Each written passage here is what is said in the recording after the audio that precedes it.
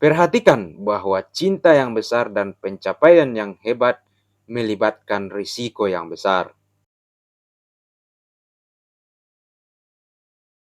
Lihatlah anak-anak. Tentu saja mereka mungkin bertengkar, tetapi secara umum mereka tidak menyimpan perasaan sakit sebanyak atau selama orang dewasa. Kebanyakan orang dewasa memiliki keunggulan pendidikan dibandingkan anak-anak. Tetapi apa gunanya pendidikan jika mereka menunjukkan senyum lebar sambil menyembunyikan perasaan negatif jauh di dalam? Anak-anak biasanya tidak bertindak seperti itu. Jika mereka merasa marah dengan seseorang, mereka mengungkapkannya, dan kemudian selesai. Mereka masih bisa bermain dengan orang itu keesokan harinya. Mengingat skala kehidupan di kosmos, satu kehidupan manusia tidak lebih dari titik kecil. Masing-masing dari kita adalah pengunjung biasa ke planet ini. Tamu yang hanya akan tinggal untuk waktu yang terbatas. Kebodohan apa yang lebih besar daripada menghabiskan waktu singkat ini sendirian? Tidak bahagia atau bertentangan dengan rekan kita, jauh lebih baik tentunya menggunakan waktu singkat kita di sini untuk menjalani kehidupan yang bermakna, diperkaya oleh rasa keterkaitan kita dengan orang lain dan melayani mereka. Bagikan pengetahuan Anda, itu adalah cara untuk mencapai keabadian. Saat Anda menyadari bahwa Anda telah membuat kesalahan, segera ambil langkah untuk memperbaikinya.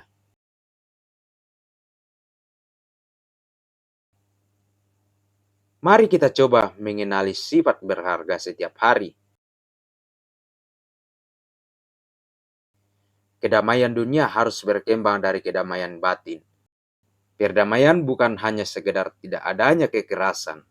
Kedamaian menurut saya adalah perwujudan dari kasih sayang manusia.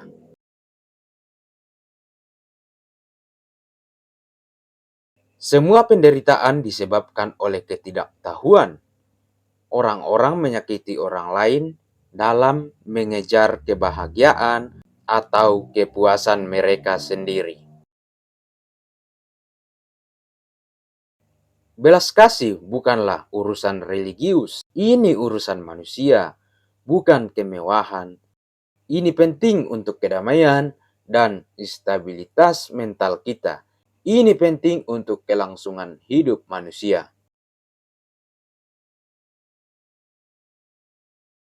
Tujuan dari semua tradisi agama utama bukanlah untuk membangun kuil besar di luar, tetapi untuk menciptakan kuil kebaikan dan kasih sayang di dalam hati kita.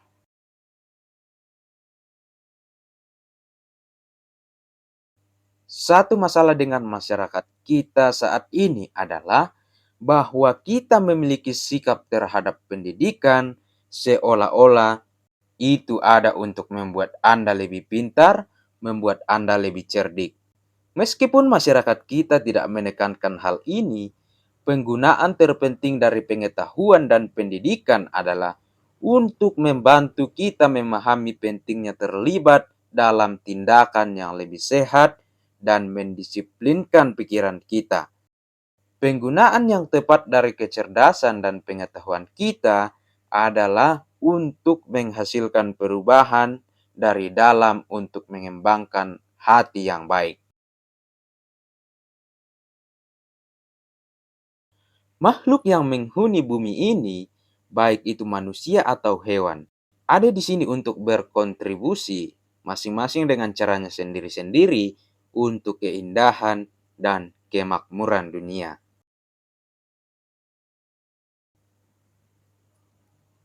Kebahagiaan bukanlah sesuatu yang siap dibuat. Itu berasal dari tindakan Anda sendiri.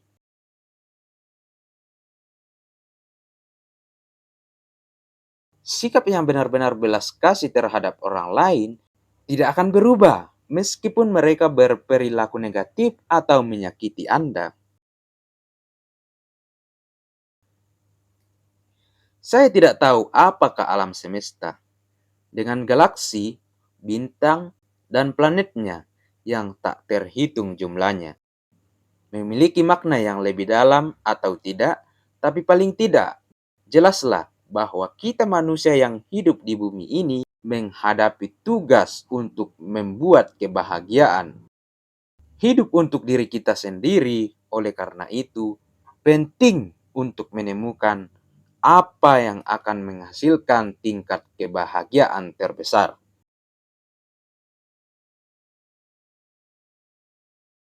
Semakin Anda termotivasi oleh cinta, semakin takut dan bebas tindakan Anda nantinya. Potensi manusia sama untuk semua. Perasaan Anda, saya tidak berharga. Salah, benar-benar salah. Anda menipu diri sendiri. Ketika semua memiliki kekuatan pikiran, jadi apa yang kurang? Jika Anda memiliki kemauan keras, maka Anda dapat mengubah apapun. Biasanya dikatakan bahwa kamu adalah tuanmu sendiri.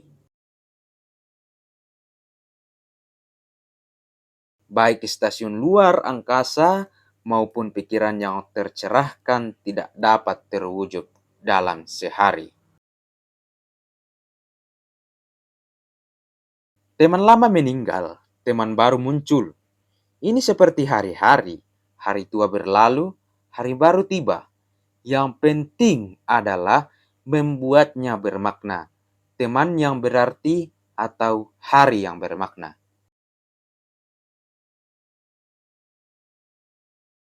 Masa-masa sulit membangun tekad dan kekuatan batin. Melalui mereka, kita juga bisa menghargai ketidakgunaan amarah.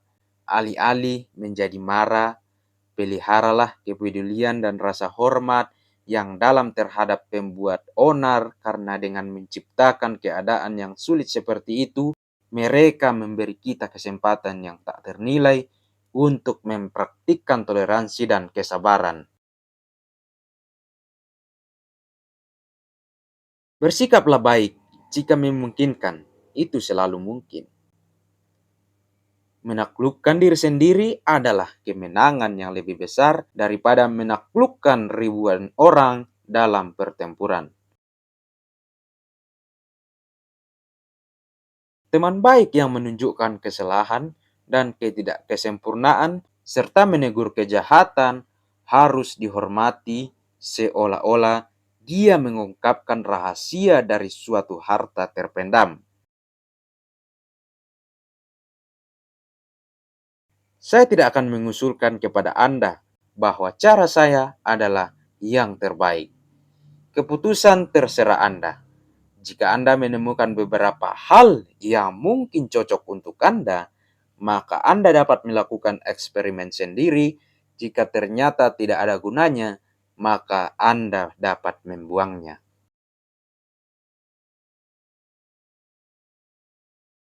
Cara untuk mengubah pikiran orang lain adalah dengan kasih sayang dan bukan amarah. Jika Anda takut akan rasa sakit atau penderitaan, Anda harus memeriksa apakah ada yang dapat Anda lakukan untuk mengatasinya. Jika bisa, tidak perlu khawatir. Jika Anda tidak dapat melakukan apapun, maka tidak perlu khawatir.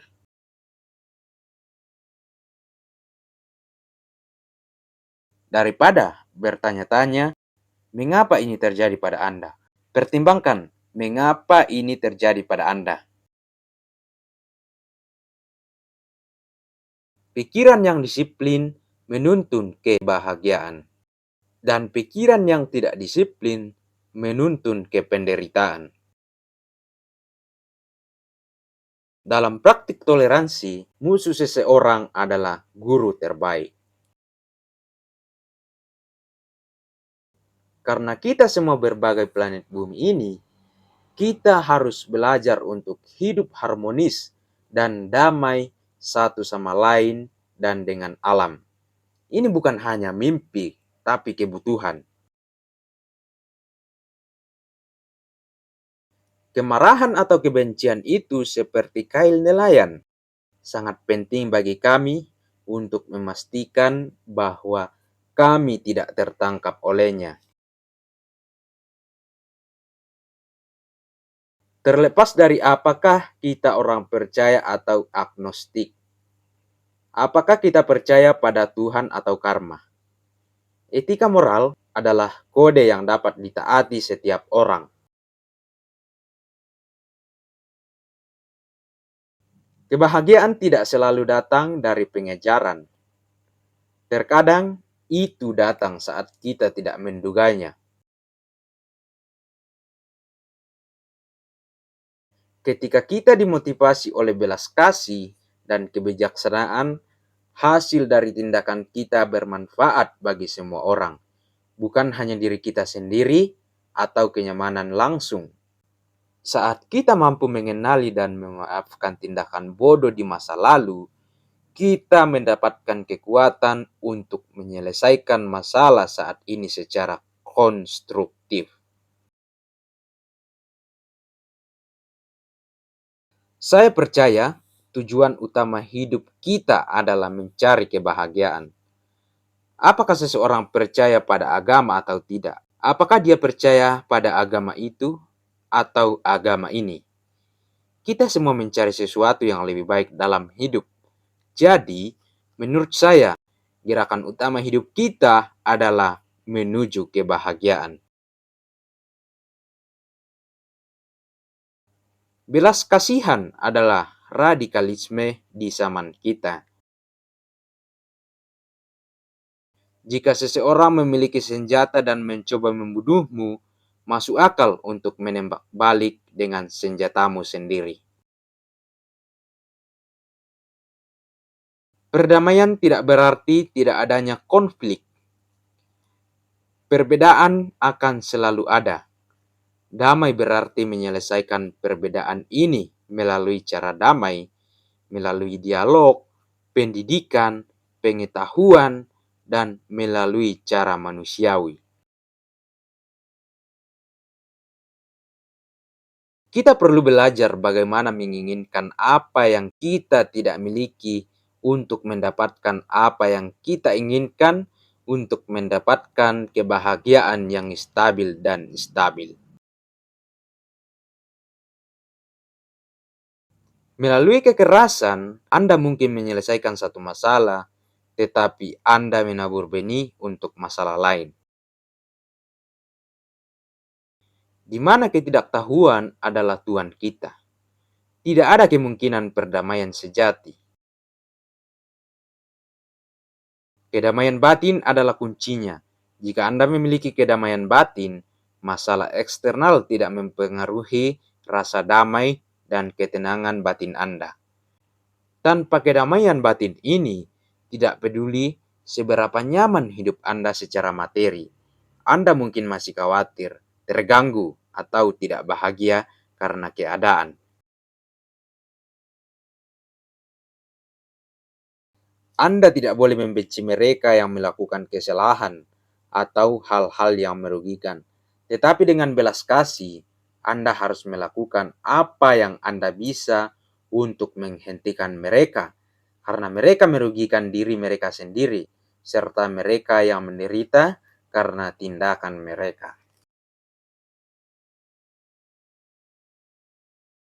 Mereka yang memiliki sedikit minat pada spiritualitas seharusnya tidak berpikir bahwa nilai-nilai batin manusia tidak berlaku untuk Anda.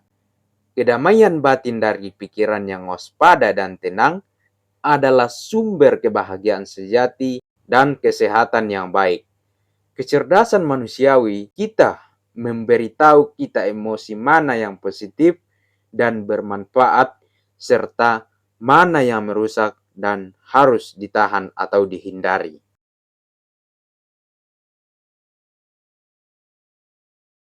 Kemarahan adalah penghancur utama kedamaian pikiran Anda sendiri.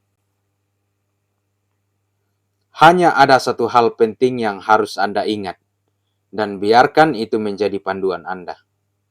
Tidak peduli apa orang memanggil Anda. Anda adalah diri Anda sendiri, pertahankan kebenaran ini, Anda harus bertanya pada diri sendiri, bagaimana Anda ingin menjalani hidup Anda. Kita hidup dan kita mati. Inilah kebenaran yang hanya bisa kita hadapi sendiri. Tidak ada yang bisa membantu kita, bahkan Sang Buddha. Jadi, pertimbangkan baik-baik. Apa yang menghalangi Anda untuk menjalani kehidupan yang Anda inginkan?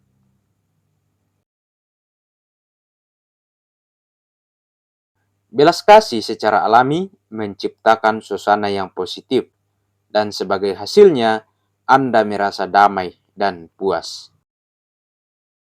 Ingatlah bahwa terkadang tidak mendapatkan apa yang Anda inginkan adalah keberuntungan yang luar biasa. Jika Anda pikir Anda terlalu kecil untuk membuat perbedaan, cobalah tidur dengan nyamuk. Di bawah kesulitan terbesarlah terdapat potensi terbesar untuk melakukan kebaikan, baik untuk diri sendiri maupun orang lain.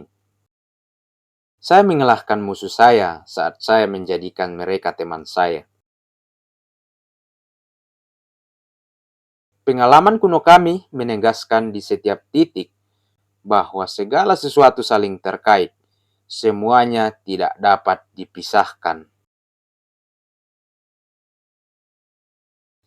Yang paling mengejutkan saya adalah Men, karena dia mengorbankan kesehatannya untuk menghasilkan uang.